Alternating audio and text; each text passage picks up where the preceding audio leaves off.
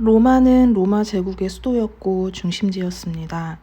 그래서 그리스도인이 된 이방인들과 유대인들의 특별한 문제들과 함께 모든 유의 그리스도인에게 영향을 미치기 쉬운 이 이단적인 가르침을 포함시켜 생각하는 것이 필요합니다. 그러니 사도가 이 시점에서 채식주의 같은 것을 논하고 있지 않다는 것을 명백히 해야 합니다. 그러니 우리도 그래서는 안 됩니다. 여러분 중에 어떤 사람은 채식주의자일 수 있습니다. 건강과 의학적인 이유에서 채식주의자라면 아무 문제가 없습니다. 이 주제는 식이요법자들이나 생리학자들이 논의할 문제입니다. 몸을 위해서 가장 좋은 것이 무엇이냐 하는 것을 따질 때 그러한 것이 주제가 되죠. 그러나 사도가 그 문제에 관심을 가질 때는 사람들이 그것을 하나의 종교적인 문제, 양심의 문제로 삼을 때입니다.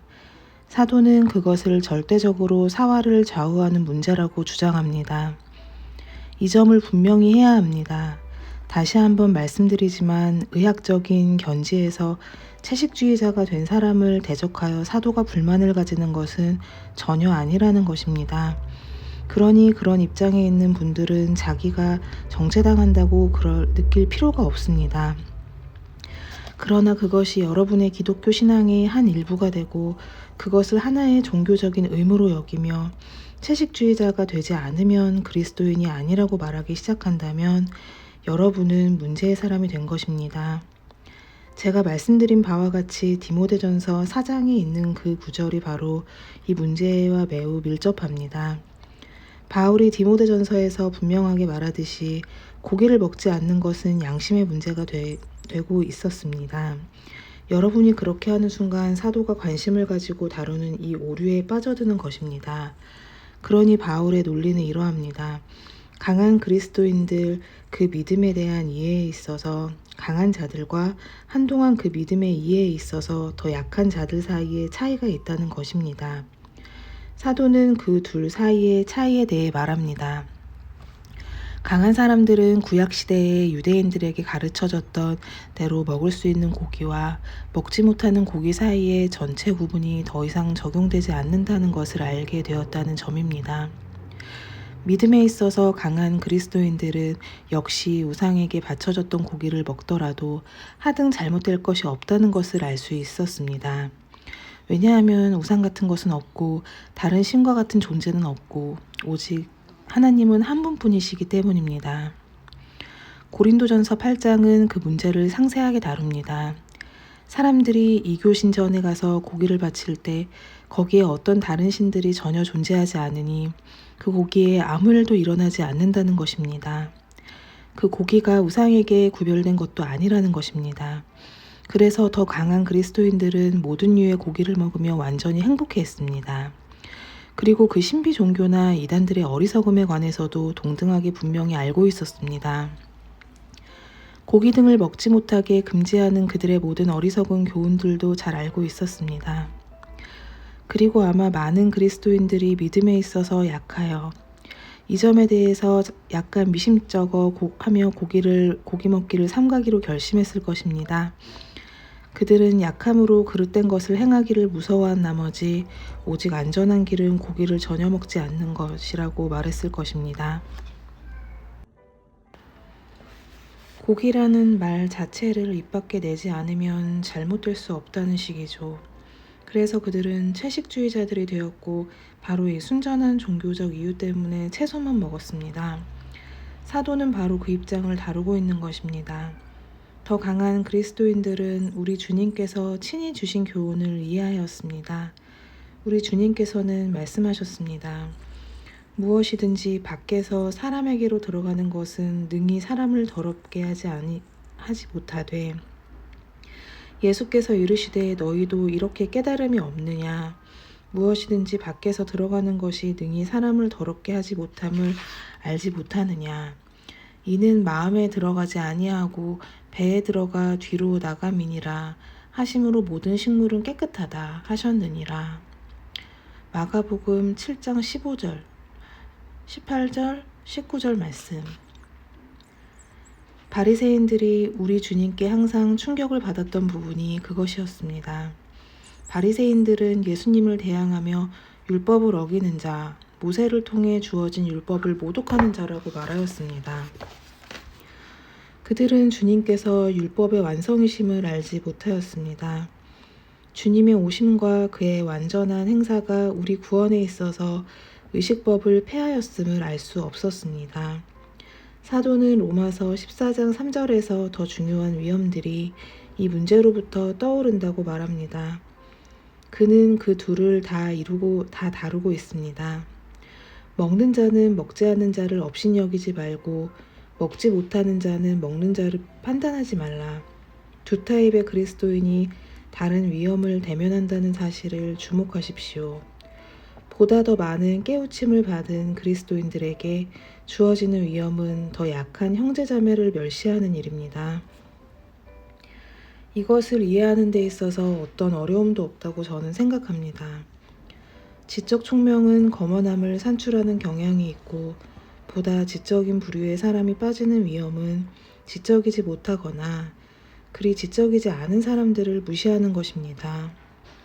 지적 교만은 무서운 죄입니다. 그 죄가 항상 이해를 가진 자들을 전복시키려고 벼르고 있습니다. 물론 이 거만의 위험은 본성의 수준에 머물러 있는 것으로 나타납니다. 우리는 모두 그것에 익숙합니다. 매우 지적이고 학식이 있었던 사람들인 헬라인들은 전 세계를 헬라인들과 야만인들, 지혜 있는 자와 지혜롭지 못한 자로 나누었습니다. 그들은 지식이 모자란 사람을 깔보았습니다. 학식 있는 남자나 여자는 말하죠. 이 사람들은 무식해. 그들은 글을 읽은 적이 없어. 그들이 뭘 알아? 그들이 대체 누구란 말이야? 교회 안에서 거만한 자는 말합니다. 이 사람들은 신학을 전혀 몰라요. 그들이 얻은 것은 그저 약간의 체험뿐이죠. 그들은 자기들이 이 다른 사람들과 같지 않음을 하나님께 감사합니다. 특별히 보다 감정적인 타입의 그리스도인들과 같지 않음을 감사합니다.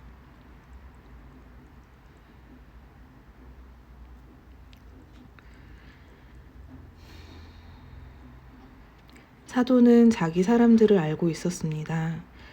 그는 인간의 본성을 알았습니다. 교만이 어떤 것들을 보다 분명하게 알 수 있는 사람의 특별한 위험이요. 그들을 성가시게 하는 죄라는 것을 알고 있습니다. 그는 말합니다.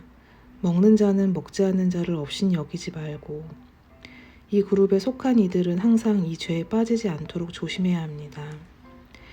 약한 형제가 빠지는 위험은 매우 다릅니다. 바울은 이렇게 쓰고 있습니다. 먹지 못하는 자는 먹는 자를 판단하지 말라. 이것이 여러분에게 의외로 느껴집니까? 일이 그렇게 돌아가는 것이 놀랍다고 생각되지 않습니까? 강한 자가 약한 자를 판단하는 위험에 처해 있다고 생각하지 않았습니까? 그러나 사도는 자기가 무엇을 말하고 있는지 알고 있습니다. 그것은 절대적으로 옳습니다. 약한 형제도 항상 남을 판단하는 죄악을 저지릅니다. 그는 자랑할 것을 가지고 있지 않습니다. 그러므로 다른 사람을 멸시하지는 않죠. 그의 큰 위험은 더 강한 자를 판단하는 것입니다. 바울이 판단하다는 표현을 통해 뜻하는 바는 이러합니다.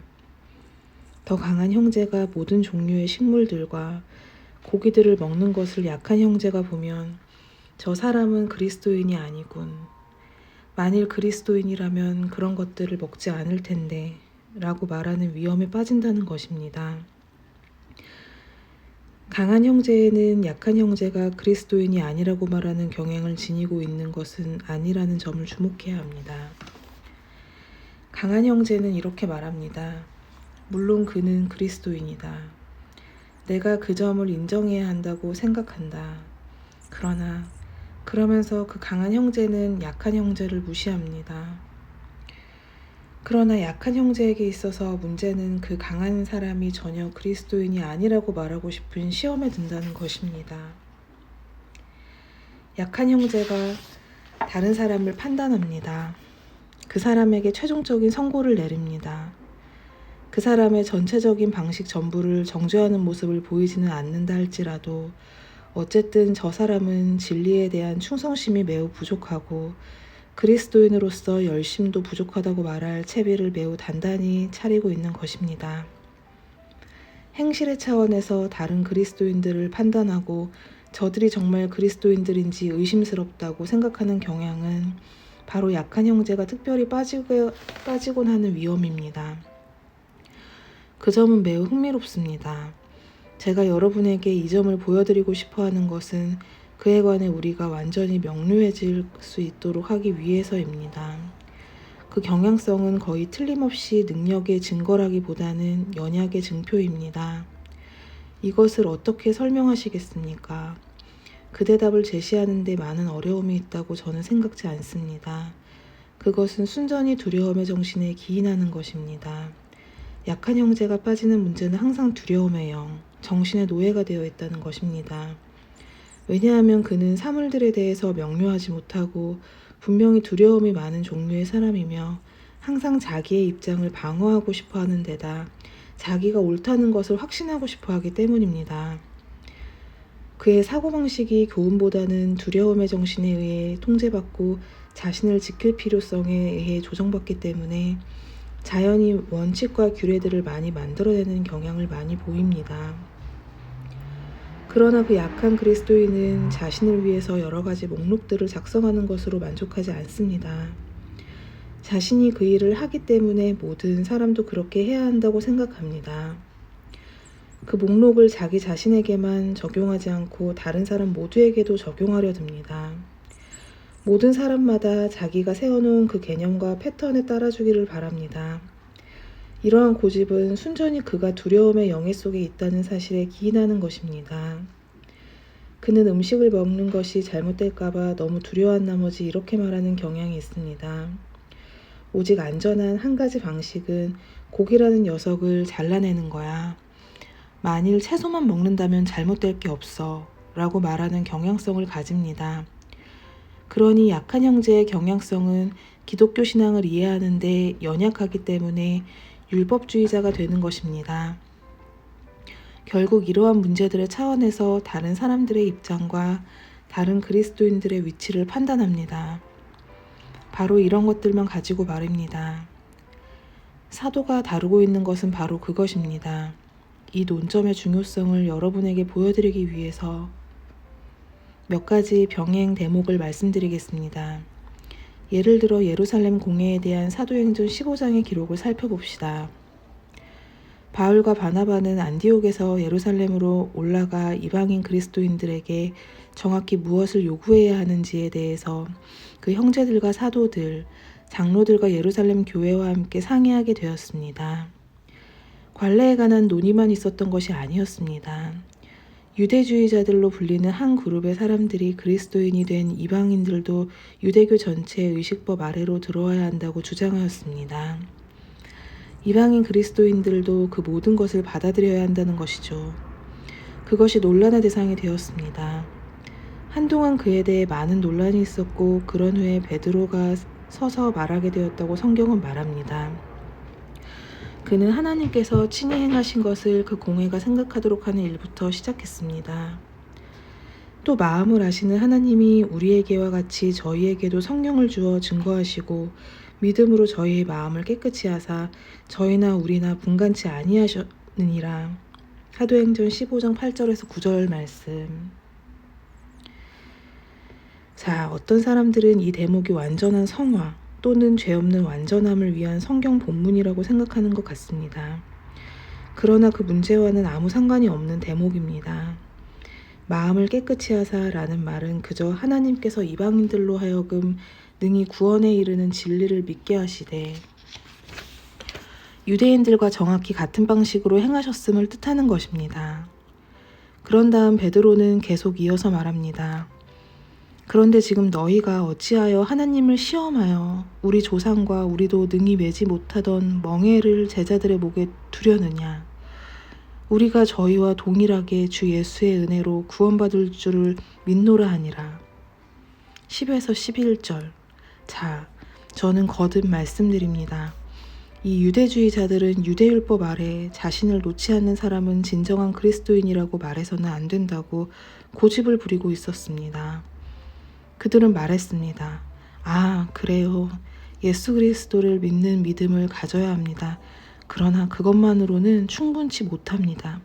이 다른 법칙들도 취해야 합니다. 그러나 공회원들은 그것이 순전히 율법주의라고 말했습니다. 그래서 그들은 저 위대하고 유명한 결정에 이르게 되었습니다. 그 결정은 야고보를 통해서 주어졌습니다. 다만 우상의 더러운 것이 음행과 목매어 죽인 것과 피를 멀리하라고 편지하는 것이 가하니 사도행전 15장 20절 말씀. 그것이 전부였습니다. 저는 그 문제로 지금 들어가고 싶지만 그래서는 안 됩니다. 어떤 이는 그 결정 자체는 하나의 타입이 아닐까? 라고 말할지 모릅니다. 그러나 결코 그렇지 않습니다. 공회는 원리를 설정하였고 그 원리는 이방인 회심자가 꼭 유대인이 될 필요는 없다는 것이었습니다. 그러나 동시에 문제를 일으키는 것을 방지하고 유대인들에게 손상을 끼치지 않고 그 전환기에 일을 해나가기 위해서 공회는 이방인 그리스도인들이 어떤 일들을 하지 않도록 권고하였습니다. 로마서 14장 중심 부분에 들어갈 때 그 점에 대해서 해석하기 원합니다. 왜냐하면 사람들은 사도 바울이 여기서마저 일관성을 잃고 있다고 생각하는 것 같기 때문입니다. 저는 사도 바울이 일관성 없는 사람이 아니었음을 여러분에게 보여줄 수 있을 것입니다. 그는 본질적인 것을 견고히 붙잡고 서 있었습니다. 그러나 본질적이지 않은 것들에 대해서는 사랑으로 할 준비가 되어 있었습니다. 우리는 갈라디아서 2장에서 두 번째 매우 흥미로운 신뢰를 발견합니다. 베드로는 이런 문제들을 아주 분명히 알게 되었습니다. 그러나 갈라디아서 2장에서 사도 바울은 우리에게 이렇게 말합니다. 게바가 안디옥에 이르렀을 때에 책망할 일이 있기로 내가 저를 면책하였노라. 야고보에게서 온 어떤 이들이 이르기 전에 게바가 이방인과 함께 먹다가 저희가 오매 그가 할례자들을 두려워하여 떠나 물러가매 남은 유대인들도 저와 같이 외식함으로 바나바도 저희의 외식에 유혹되었으니라. 그러므로 나는 저희가 복음의 진리를 따라 바로 행하지 아니함을 보고 모든 자 앞에서 게바에게 이르되 네가 유대인으로서 이방을 쫓고 유대인답게 살지 아니하면서 어찌하여 억지로 이방인을 유대인답게 살게 하려느냐 하였노라. 갈라디아서 2장 11절에서 14절 말씀입니다.